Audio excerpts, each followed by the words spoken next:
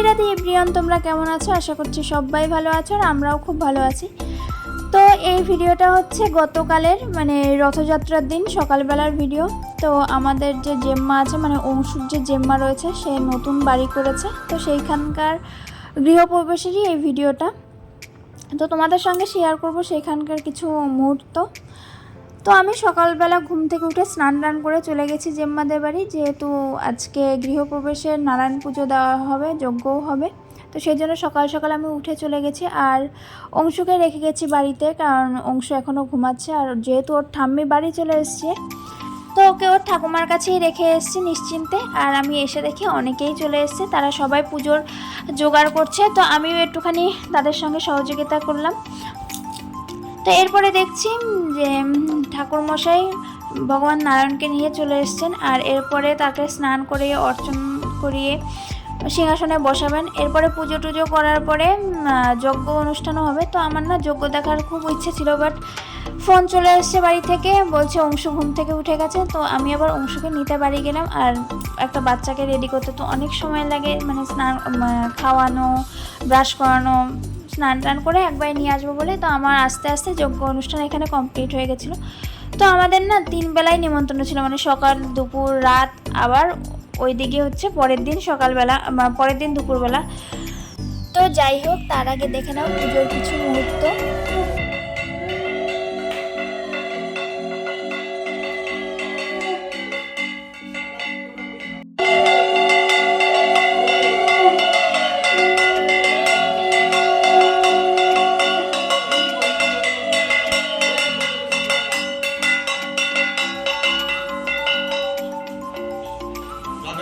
ঘুরতে হবে আর এই প্রদীপটা লিখবে না, দরকার কি নেই ঘোরার ঘোরা বলতে তো কোনো অসুবিধা নেই।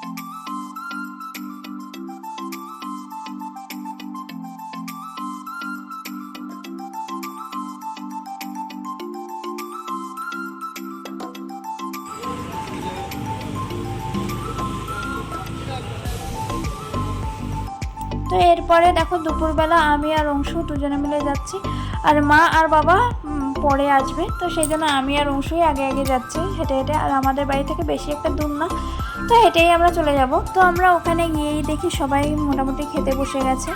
তো এখানে দুপুরবেলা না বেশ সুন্দর খাবার করেছিল, মানে ভাত, ভেজ ডাল আর চিপস, আর তার সঙ্গে ছিল ধোকার ডালনা, বেশ সিম্পল খাবার।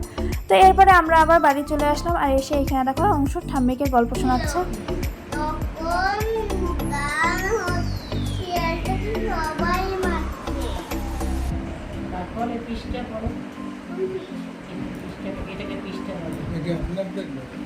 তো এরপরে আবার আমরা রাত্রবেলা গেলাম, আর দেখো কি সুন্দরভাবে গেটটাকে সাজিয়েছে। তো আমরা না লেট করে ফেলেছি, কারণ এখানে 8:30টার মধ্যে ভাতৃসঙ্গ মাতৃসঙ্গ কমপ্লিট হয়ে গেছে। আর ঝুমাদিরা যেহেতু অনুকূল ঠাকুরের দীক্ষিত, তো ওদের ভাতৃসঙ্গ হয়, মাতৃসঙ্গ দিয়েছে ওরা। আর ওদের 8:30টার মধ্যে সমস্ত কিছু কমপ্লিট হয়ে যায়। তো আমরা গিয়ে আর কি করব, একটু সবার সঙ্গে কথাবার্তা বলে আমরা খেতে বসে গেছি। আর রাত্রবেলাও খাবারটাও কিন্তু খুব সুন্দর করেছিল, ফ্রাইড রাইস, আলুর দম, চাটনি, পাঁপড়, পায়েস। তো রান্নাটাও কিন্তু খুব সুন্দর হয়েছিল। আর এখানেই দেখো ছাদেই অনুষ্ঠান হয়েছিল, তো এখানেই আমরা খেতে বসলাম।